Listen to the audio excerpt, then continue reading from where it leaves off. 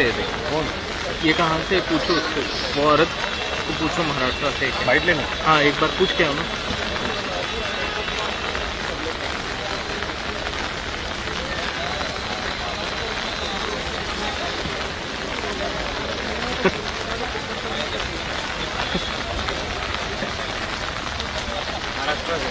देखो कैसे बता दो साले आरामी।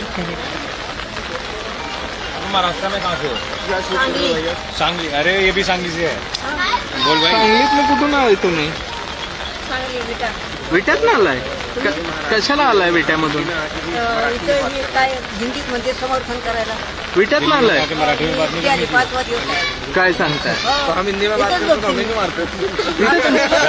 हा आज तर उभंच राहावं आप लागेल लैंग्वेज मत फैलाओ। झोपायला जागा नाही आता पावसाला हा You should be इथे कुठं राहताय, कसं काय काय करताय इथं? इथं मी इथंच झोपते साईडला हा. तर आज झोपायला पण जागा नाही मला काय डोक्यावर घ्यायला बी काय नाही आणि संध्याकाळी मी अशीच उभं राहणार पण जाणार नाही मी भिजत इथे राहीन पण त्या एक मगाशी दुपारी एक बाई एक पोरगी घरी गेली तिला सांगितलं मला 2 साड्या आण हा भिजल्या नाही वाळल्या तर आपलं त्या नेसन मी ती म्हणली आणीन मी काय ओळखीचे आहेत तुमचे? तुम्हाला काही मदत लागली तर मी करेल. मी पण सांगलीचाच आहे, तुम्ही पण माझ्या आईसारखेच आहे. पण स्वतःची काळजी घ्या इथं राहताना, कारण दिल्ली सारख्या शहरात सांगलीमध्ये खूप छोटं शहर आहे आपलं. तिथनं आला तुम्ही. हा अभिजितला भेटला का तुम्ही? गेल्या वेळेस भेटले होते आता उद्या भेटणार उद्या मला भेटायचं तिथं आणि असं मराठीतूनच तिथं मुलाखत मला करायची. हा महाराष्ट्रातली जी लोक आहेत जी तुम्हाला बघतात त्यांना काय सांगाल तुम्ही? त्यांना एवढंच सांगल की घाबरायचं नाही आणि माघारी सरायचं नाही, जिद्दीने लढायचं, रडायचं नाही, पुढं चालायचं. आत्महत्या करायची नाही पोरांना सांगणार. तुम्ही माझे सगळे नाती नातवंड आहेत, मी तुमची आजी आहे. मला तुम्ही कुठं बी बघा, कुठं बी भेटा, मी भेटेल तुमच्यासाठी. मी सुद्धा मरणार नाही, अजून 15-20 वर्ष मी मरणार नाही. बाकीच्या लोकांना काय सांगाल जी बघतात आहेत त्यांनी सपोर्ट करावा? त्यांना मला तेच सांगायचं होतं म्हणून मी म्हणलं सांगलीतल्या लोकांना मी सांगते, महाराष्ट्रातल्या सगळ्यांना सांगते की आपले महाराष्ट्रातले काल फक्त एक इस्लामपूरचा मला भेटला म्हणजे स्टेजवर मी ऐकलं इस्लामपूरचा.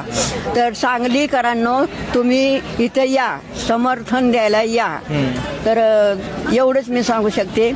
सगळ्या जणांनी आपलं मराठीतून का बोलणार, ज्याला हिंदी येतं ती हिंदीत बोला, मराठीत बोला, पण इथं समर्थन करायला तुम्ही या. सरकार काहीच करत नाही. आज 10वा दिवस आहे जे उपोषण करतात आहेत. काय त्या पोरांचा उपवास त्या पोरांकडे मी काल जाऊन आले तिथं. तर त्यांची काय हालत आहे हे त्या मोदीला काय कळणार आहे. हा मी तर त्याला आता म्हणणार, खरं सांगते, मी न्यूजवर सांगते म्हणणार मी.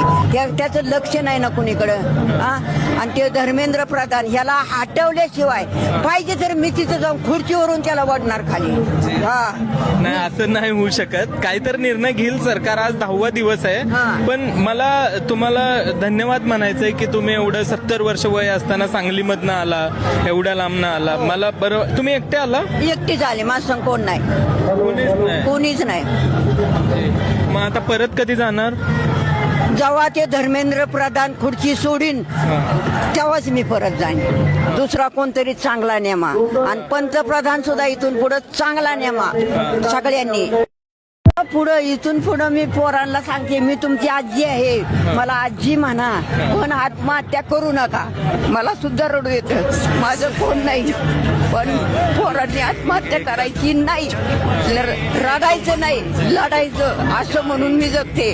आणि त्या पोरांना मी सांगीन की अजिबात आत्महत्या करायची नाही, पुढं लढायचं.